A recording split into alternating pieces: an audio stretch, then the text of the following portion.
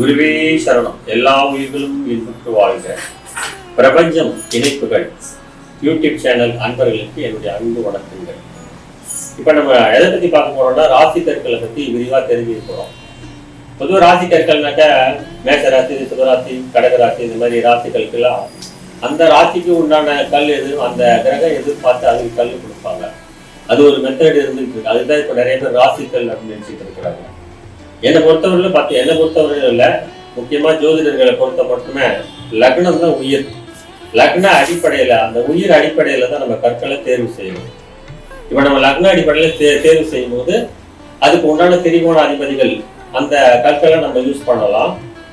பெரும்பாலும் இப்ப பாத்தீங்கன்னா நியூமராலஜிக்கு கல்ல போடுறாங்க, நியூமராலஜி அடிப்படையிலையும் போடுறாங்க. சில பேர் தசா புத்தி அடிப்படையில் போடுறாங்க. இது தசை ஒருத்தருக்கு ராகு தசை வந்ததுனாக்கா 16 வருஷம் ராகு தசை, 18 வருஷம் ராகு தசை. அப்ப 18 வருஷம் அந்த ராகுக்கு உண்டான பூமி கல் போடுறாங்க. அது ராகு தசை முடிஞ்சதுக்கு அப்புறம் அது கழட்டிட்டு இருந்தோம் உண்மையிலே. இந்த மாதிரி தசா புத்திக்கு கல் போட்டோம்னா அந்த தசைகள் முடிஞ்சதுக்கு அப்புறம் நம்ம கல்லை கழட்டிடணும். எப்பவுமே போடக்கூடிய கல் அப்படின்னாக்கா லக்ன அடிப்படையில் நம்ம தேர்வு செய்யற பார்த்தீங்களா, அந்த கல்லை நம்ம எப்பவுமே போட்டுக்கலாம். லக்னத்துக்கு திரிகோணாதிபதிகளை பார்த்துக்கணும். அதுக்கு என்னென்ன கிரகங்கள் வருதோ அந்த கிரகங்கள் 8ஆம் இடத்துல போய் இல்லாம இருக்கணும். அப்படி பார்த்துக்கிட்டு அதுக்கு உண்டான கல்லை நம்ம போட்டோம்னாக்கா மிக நல்ல நிலை வரும். அந்த கல் போடுறதுக்கு சில விஷயங்களை ஃபாலோ பண்ணிடுது. கல் கடையில போய் செஞ்சுட்டு கடையிலேயே மாட்டிக்கிட்டு வந்துடக்கூடாது. நம்ம இப்போ கல் செஞ்சோம்னாக்கா அந்த கல்லை ஒரு அபிஷேகம் பண்ணிடணும். பால் அபிஷேகம் முக்கியமா பண்ணணும். பாலில் அபிஷேகம் பண்ணிட்டு அதை என்ன பண்ணணும், பிரமிடில் வச்சு சக்தி ஊட்டணும். காப்பர் பிரமிட் இருக்கு வச்சிருக்கு பார்த்தீங்கன்னா இந்த தெரியும் உங்களுக்கு. காப்பர் பிரமிட்ல வச்சு ஒரு 4ஆவது வச்சு சக்தி ஊட்டணும். அந்த கிரகத்துக்கு உண்டான பிரபஞ்ச சக்தியை ஈர்த்து போகுது. அதுக்கப்புறம் நம்ம எந்த கிரகத்துக்கு உண்டான கல் போடுறோமோ, இப்ப கனக புஷ்பராக போடுறோம்னா அது குருவுடைய கல். அப்ப குருவுடைய மூல மந்திரமும் அஷ்டோத்திர மந்திரமும் சொல்லி அதுல உருவேற்றிட்டு அந்த நபருக்கு உண்டான தாராபலம் பார்த்துக்கணும். சந்திராபலம் தாராபலம் உள்ள நாள்ல அந்த குரு கிரக கல்லுக்கு குரு ஓரையில போட்டுடணும். குரு ஓரையில மூச்சு காத்த உள்ள நிறுத்தி வச்சுக்கிட்டு, கும்பகம்னு சொல்லுவாங்க, உள்ள நிறுத்தி வச்சுட்டு அதை போட்டுக்கணும். அப்ப போட்டா நம்ம மூச்சோட அது இயங்க ஆரம்பிச்சிடும். அப்போ அது நல்ல பலன்களை எப்போ தந்துட்டு இருக்கோம். அதை எப்படி நம்ம பயன்படுத்துறோம்னாக்கா, கல் போட்டதை அப்படியே விட்டுருவாங்க நிறைய பேர். அந்த கல்லை ஒரு மாசத்துக்கு 2 தடவையாவது ஒரு சால்ட் வாட்டர் உப்பு தண்ணியில கரைச்சிட்டோம், உப்பு தண்ணியில நினைச்சிட்டு டிப் பண்ணிட்டு எடுத்து உடனே போடுவோம். ஊற வச்சுக்கிட்டுலாம் இருக்கக்கூடாது. உடனே நினைச்சு போட்டீங்கன்னா அதுல இருக்க நெகட்டிவ் வைப்ரேஷன் போயிடும். ஒரு கல்லுக்கு இவ்வளவுதான் நெகட்டிவ் வைப்ரேஷன் தாங்க முடியும்னு இருக்குது. அதுக்கு மேல அதை ரிஃப்ளெக்ட் பண்ணி நம்ம மேலதான் விடும். அதனால அதை ரீஃப்ரெஷ் பண்ணிக்கிட்டே இருக்கணும். அதை புத்துணர்வு கொடுத்து அதை நம்ம அணிஞ்சிக்கிட்டோம்னாக்கா நல்ல பலனா கொடுத்துக்கிட்டே இருக்கோம். நல்ல வீரியமா வேலை செய்யறது நம்மளால உணர முடியும். இதெல்லாம் உணர முடியறது தான். கல் போட்ட உடனே எனக்கு பணம் வரலையே அப்படின்லாம் கேட்கக்கூடாது. இது உணர்வு பூர்வமானது. இப்போ தெய்வீகம், ஆன்மீகம், கடவுள் எல்லாமே யாருக்கும் எடுத்து காட்ட முடியாது. கடவுள் எல்லாம் உணர்ந்துதான் பார்க்க முடியும். அதே மாதிரிதான் இந்த கற்களுடைய நல்ல பலன்களை நம்மளால உணர்ந்துதான் அனுபவிச்சு தெரிஞ்சுக்க முடியும். சரிங்களா? இப்ப பொதுவா இப்ப மேஷ லக்னக்காரங்க எடுத்துக்கோங்க. மேஷ லக்னக்காரங்களுக்கு பாத்தீங்கன்னா நான் என்ன சொன்னேன், 8ஆம் இடத்து அதிபதியோ இல்லை 8ஆம் இடத்துல இருக்கக்கூடிய கிரகத்துக்கு கல் போடக்கூடாதுன்னு சொன்னேன். இப்ப 8ஆம் இடத்துக்கும் செவ்வாய் அதிபதியா வருவார். இருந்தா கூட அது லக்னாதிபத்தி பண்றதுனால அது முழு சுபரா தான் எடுத்துக்கணும். அப்போ அவங்களுக்கு செவ்வாய்க்கு உண்டான பவள ரத்தினம் ரொம்ப ரொம்ப சிறந்து. இந்த பவளத்துக்கு என்னென்ன வேலை இருக்குதுன்னு பாத்தீங்கன்னாக்கா, உங்களுக்கு ஒருத்தர் கோப குணமா இருப்பாங்க வீட்டுல, இந்த செவ்வாய் ஆதிக்கம் பெற்றவங்க. அப்ப அவங்க பவளத்தை போடும்போது கோப குணம் குறைஞ்சி கொஞ்சம் சாந்தமாகறதுக்கு வழிவகுக்கும். சில பேர் நோயாளியா இருப்பாங்க, ரத்த உற்பத்தி கம்மியா இருக்கும். அவங்களாம் அதை போடும்போது அந்த ஆர்பிசி கவுண்டிங்ல கொஞ்சம் இன்க்ரீஸ் ஆகிறதுக்கான வாய்ப்புகள் ஏற்படும். அவங்களுக்கு கோப உணர்வுகள் தணிஞ்சு அவங்க நல்ல ஒரு சாந்தமா வரதுக்கான வாய்ப்புகள் ஏற்படுத்தி கொடுக்கும். இது பவளத்தின் தன்மை.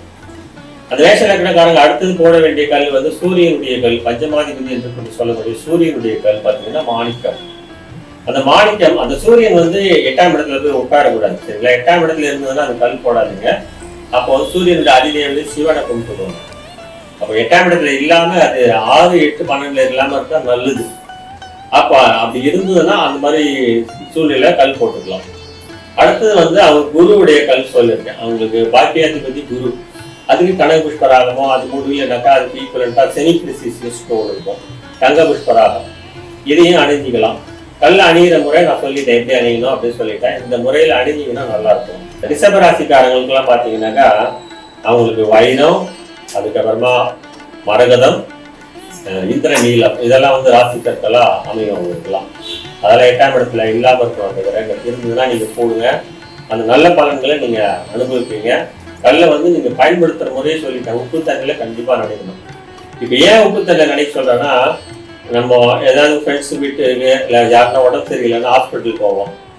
அங்க பாத்தீங்கன்னா நிறைய நெகட்டிவ் வைப்ரேஷன் தான் இருக்கும். ஹாஸ்பிட்டல்ல நல்ல வைப்ரேஷன் இருக்காது. அப்ப எல்லாமே அதுல போயிட்டு பதிவாயிடும் அந்த கல்லுல.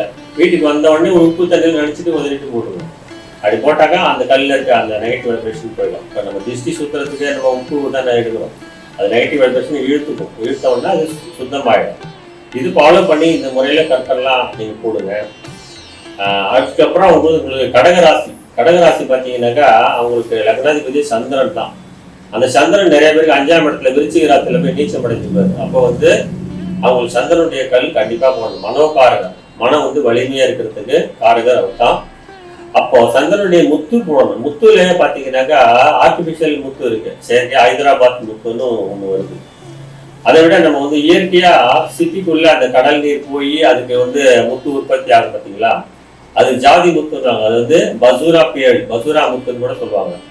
அந்த மாதிரி முத்து வந்து உங்க கையில வலது கை மோதிர விரல்ல போகணும். இது வந்து பாத்தீங்கன்னா 2 கேரட்டு குறையாம போட்டுக்கணும். எப்பவுமே 2 கேரட் குறையாம போட்டாதான் அதனுடைய தன்மையை நம்ம முழுமையா வந்து அனுபவிக்க முடியும். இது என்ன பண்ணணும், நல்ல ஒரு ஞாபக சக்தியை கொடுக்கும், சரிங்களா, நல்ல ஒரு புகழை கொடுக்கும் முத்து.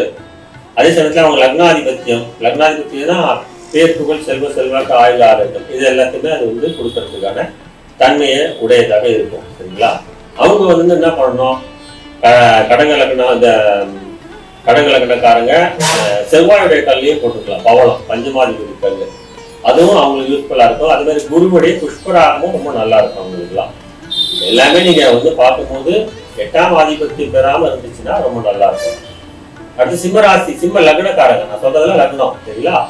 சிம்ம லக்னக்காரங்களுக்கு மாணிக்கம் வந்து சூரியனுடைய கல். இந்த கல் போட்ட பேர், புகழ், செல்வாக்கு, அரசியல்ல இருக்கக்கூடியவங்க எல்லாம் இந்த மாணிக்க கல் போடலாம். ஆனா அவங்க வந்து லக்னத்துக்கு பாதகம் இல்லாத இடத்துல அந்த சூரியனானவர் இருக்கணும். அப்படி போட்டா நல்ல ஒரு உயர்ந்த நிலைக்கு வரதுக்கான வாய்ப்புகள் ஏற்படும். அதுக்கப்புறமா குருவுடைய கல், கனக புஷ்பராகத்தையும் அவங்க போட்டுக்கலாம். இது எல்லாமே போடுறதுக்கு முன்னாடி முதல்ல ஜாதகத்துல தோஷம் இருக்கான்னு பார்த்துக்கோங்க. ராகு கேது தோஷம் இருந்தாக்கா நீங்க எந்த கல்லு போட்டாலும் உங்களுக்கு அதிர்ஷ்டத்தை கொடுக்கறது ரொம்ப கம்மியா தான் இருக்கும். அந்த ராகு கேது எல்லா விஷயங்களையுமே தடை பண்றதுக்கு தான் இருக்கு, சரிங்களா. அப்போ வந்து ராகு கேதுவை நீங்க தோஷம் இருக்கிற இடத்துல ராகு கேது இருந்துட்டாங்கன்னாக்கா கண்டிப்பா வைடூரியம், கோமேதகம், இது கேது ராகுடைய கல்.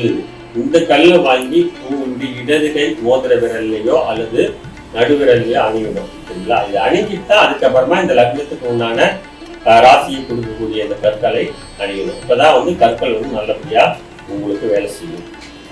அதே மாதிரிதான் மற்ற லக்னக்காரங்களுக்கு பார்க்கணும், சரிங்களா. அடுத்தது நீலக்கல் யாரெல்லாம் போடலாம்னாக்கா ரிஷப லக்னக்காரங்க, மகர லக்னக்காரங்க, கும்ப லக்னக்காரங்க, அடுத்து துலா லக்னக்காரங்க, இவங்களுக்கு எல்லாம் வந்து நீலம் வந்து நல்லா இருக்கும். நீலக்கல் கொஞ்சம் விலை ஜாஸ்தியா இருக்கும். இந்திர நீல விலை ஜாஸ்தியா இருக்கும். அதுக்கு ஈக்குவலண்டா செமி பிரிசிஸ் ஸ்டோன்லாம் இருக்கு. அது வந்து ப்ளூ டொபாஸ் கல் சொல்லுவாங்க. அந்த கல் நீங்க போட்டுக்கலாம். எமித்திஸ்ட் ஒரு ஸ்டோன் இருக்கு. அந்த எமித்திஸ்ட் ஸ்டோன் பாத்தீங்கன்னாக்கா ஒரு அற்புதமான ஒரு தெய்வீக சக்தி வாய்ந்த கல். இது வந்து நவரத்தினங்கள்ல வராது, உபரத்தினங்கள்ல வருவது. இந்த எமித்திஸ்ட் ஸ்டோன் பாத்தீங்கன்னா விபத்துகள் தடுக்கக்கூடிய ஒரு கல். இப்போ வாகனங்கள்லாம் எல்லாருமே ஓட்ட ஆரம்பிச்சிருக்காங்க. அவங்க எல்லாம் பாத்தீங்கன்னாக்கா கண்டிப்பா இந்த கல் போட்டா விபத்துக்களை கண்டிப்பா தடுக்கும். அதே சமயத்துல போதை வஸ்துக்கள்லாம் பயன்படுத்துவாங்க சில பேர். அந்த போதை வஸ்துக்கள் பயன்படுத்தாம அதுல இருந்து வெளியில கொண்டு வரதுக்கான ஒரு வேலையை இந்த கல் செய்யும். பெண்களுக்கு பாத்தீங்கன்னா மாதவிடாய் சம்பந்தமான ஒரு கோளாறுகள் இருந்தது அப்படின்னாக்கா இந்த கல் ரொம்ப ரொம்ப நல்லா வேலை செய்யுது. அவங்க மாதவிடாயை ஒழுங்குபடுத்தி தரும் இந்த கல். தெய்வீக சக்தி வாய்ந்தது. அது மட்டும் இல்லாம கண்திஷ்டி, பேய் பிசாசு கோளாறுகள், அமானுஷ சக்திகள் இதுகிட்ட நம்மளை வந்து காப்பாற்றிக்கிறது. இந்த கல் வந்து பாத்தீங்கன்னாக்கா இங்கிலீஷ்க்கு எல்லாருமே விரும்பி அணியக்கூடியது. பாதிரியார்மார்கள்லாம் கூட மாலையா போட்டிருப்பாங்க, இஸ்லாமியர்கள் கூட போட்டிருப்பாங்க. எமித்திஸ்ட் பாத்தீங்கன்னா அந்த அளவுக்கு தெய்வீக சக்தி வாய்ந்த ஒரு கல்லா இருக்கு. எமித்திஸ்ட எல்லாரும் போட்டு நல்ல நன்மை அடையலாம். இதுவும் நல்ல கல் தான். அதுக்கு அடுத்தாப்புல மரகத பச்சையை பற்றி சொல்றேன். மரகத பச்சைன்றது பாத்தீங்கன்னாக்கா புதன் கிரகத்தோட கல். யாரெல்லாம் போடலாம் அப்படின்னா மிதுன லக்னக்காரங்க, கன்னி லக்னக்காரங்க, கும்ப லக்னக்காரங்க, மகர லக்னக்காரங்கெல்லாம் இந்த கல் யூஸ் பண்ணலாம். எந்த கல் யூஸ் பண்ணாலும் 8ஆம் அதிபத்தியம் வந்தாலும் அல்லது 8ஆம் இடத்துல அந்த புதன் இருந்தாலும் போடக்கூடாது. அவங்க வந்து மகாவிஷ்ணு வழிபாடு பண்ணாலே போதுமானது. இந்த கல் என்ன பண்ணணும், புதன் வந்து தோல் சம்பந்தமான ஒரு கிரகம். தோல்ல எதுனா கோளாறு இருந்துச்சு, டிசீஸ் இருந்துச்சு, நோய்கள் இருந்துச்சு அப்படின்னு சொன்னாக்கா இந்த புதனுக்கு உண்டான லக்னம் சொன்னாலும் இந்த லக்னக்காரங்க அதை யூஸ் பண்ணலாம். அவங்களுக்கு தோல் வியாதிகள் கொஞ்சம் கொஞ்சமா நிவர்த்தி ஆகிடும். அவங்க எடுக்கக்கூடிய மருத்துவம் இருக்கு பார்த்தீங்களா, அது வந்து துணையா இது வேலை செய்யும். அதுக்காக மருத்துவம் எடுக்க வேண்டாம் நான் சொல்ல மாட்டேன், சரிங்களா. மருத்துவம் வந்து ரொம்ப முக்கியமான ஒரு. அப்போ அது கூடவே இந்த கல்லையும் போட்டுக்கிட்டீங்கன்னாக்கா அது நல்லா உங்களுக்கு நோயை போக்குறதுக்கான வேலையை எடுத்து கொடுக்கும், சரிங்களா. இந்த மரகத பச்சை இந்த மாதிரி நல்ல வேலைகள்லாம் செய்யுது. இது படிப்பு கிரகம்னு சொல்லுவாங்க, வியாபார கிரகம்னு சொல்லுவாங்க. படிக்கிற பிள்ளைங்க இது போட்டுக்கலாம், வியாபாரம் செய்யக்கூடியவங்களும் அதை கல்லை வந்து போட்டுக்கலாம். எல்லாருக்கும் நான் சொன்ன லக்ன ஆதிபத்தியம் இருக்கணும், அது முக்கியமாக பார்க்கணும். அதுக்கப்புறம் கல் வந்து கோமேதகம், ராகுகேது வைடூரிய கல் சொல்லிட்டேன். உங்களுக்கு மோஸ்ட்லி வந்து எல்லா கல்லும் சொல்லிட்டேன். உபரத்தனங்கள்னு சொல்லி பார்த்தோன்னாக்கா இப்போ முத்து போட முடியாதவங்க என்ன பண்ணலாம், சந்திரகாந்த கல்னு ஒன்று இருக்கு, மூன் ஸ்டோன் சொல்லுவாங்க. அந்த மூன் ஸ்டோன் கூட போட்டுக்கலாம். உபரத்தனங்களும் நல்ல ஒரு வேலை செய்யும். இந்த வைரம் சொன்ன வைரம் எதுவும் சொல்லவே ஆரம்பிக்கல. வைரத்துல பார்த்தீங்கன்னாக்கா ரிஷப லக்னம், துலா லக்னம், கன்னி லக்னம், மிதுன லக்னம், கும்ப லக்னம் கூட வேண்டாம், வைரம் வேண்டாம். மகர லக்னக்காரங்க இவங்க எல்லாருமே வந்து இந்த வைரம் யூஸ் பண்ணலாம். வைரம் வந்து ரொம்ப விலை ஜாஸ்தியாக இருக்கும். ஒரு கேரட்லாம் போடலாம் முடியாது, அதுலேயே 6 lakhs போல ஆகும். வந்து அதுக்கு ஈக்குவலண்டாக நீங்கள் செமி ப்ரெசியஸ் தான் நீங்கள் தேர்ந்தெடுக்கணும். அது என்னன்னாக்கா ஒயிட் சிர்கான் கல் அப்படின்வாங்க. ஒயிட் சிர்கான் கல் வந்து வைரத்துக்கு ஈக்குவலண்டான வேலை செய்யும். அதுக்கு அடுத்தபடியாக வந்து மாய்சனைட் கல்லுன்னு ஒன்று இப்போ வந்துருக்கு, அதுவும் வந்து வைரம் மாதிரியே வேலை செய்யும். சில பேர் அமெரிக்கன் டைமண்ட் போடுவாங்க, ஆனால் அமெரிக்கன் டைமண்ட் அந்த அளவுக்கு வேலை செய்கிற மாதிரி தெரியல, சரிங்களா. வைரக்கல் போடுறவங்க நான் சொன்ன மாதிரி இந்த ஜெர்கான் கல்லையோ அல்லது மாய்சனைட் கல் அப்படியே அந்த கல்லையும் யூஸ் பண்ணிக்கலாம், சரிங்களா. அதுக்கப்புறம் மோஸ்ட்லி பார்த்தீங்கன்னா எல்லா கல்லையுமே நான் சொல்லியிருக்கேன். இந்த கற்கள்லாம் நான் சொல்கிற விதத்தில் தான் போடணும். பிரமிடில் வச்சு சக்தி விட்டணும். அந்த கிரகத்தினுடைய மூல மந்திரமும் அதே சமயத்தில் அஷ்டோத்திர மந்திரமும் சொல்லி உருவேற்றணும். உருவேற்றிட்டு கடைசியில் அது வந்து சிங்கிங் பவுல் ஒன்று இருக்கும். சிங்கிங் பவுல் அப்புறம் தான் பார்க்குறேன். அந்த சிங்கிங் பவுலில் வச்சு ஓம்கார பவுல்னு சொல்லுவாங்க தமிழில். அதில் வந்து ஓம்கார அந்த ஓசையும் அதில் வந்து உருவேற்றிடணும். ஏற்றிட்டு தாராபலம் சந்திராபலம் உள்ள நல்ல நாளில் அவங்க மூச்சு காற்றை உள்ளடக்கி அந்த கற்களை அடக்கிட்டாங்கன்னா அவங்க வாழ்க்கையில் வெற்றி பெறலாம். கல்லை கண்டிப்பாக உப்பு தண்ணி நினச்சிட்டு உதறிட்டு அதை போட்டுக்கணும். இந்த மாதிரி பயன்படுத்துங்க. உங்களுக்கு என்னுடைய வாழ்த்துக்கள். பிரபஞ்சம் இணைப்புகள் இந்த டிவி சேனலை நீங்கள் எல்லாரும் சப்ஸ்கிரைப் பண்ணுங்க, லைக் பண்ணுங்க. அதே சமயத்தில் உங்கள் ஃப்ரெண்ட்ஸுக்கெல்லாம் ஷேர் பண்ணி அவங்களையும் சப்ஸ்கிரைப் பண்ண சொல்லுங்க. இதில் மேலும் மேலும் பார்த்தீங்கன்னா இந்த பிரபஞ்சத்துக்கு உண்டான நல்ல விஷயங்களை சொல்ல போகிறோம். அடுத்தது வந்து நம்ம வீடியோவில் பிரமிடுகளை பற்றி எப்படி பயன்படுத்தணும், பிரமிடுக்கு என்னென்ன சக்தி இருக்குது அப்படிங்கிறதெல்லாம் வரக்கூடிய வீடியோக்களில் நம்ம பார்க்க இருக்கிறோம். வணக்கம்.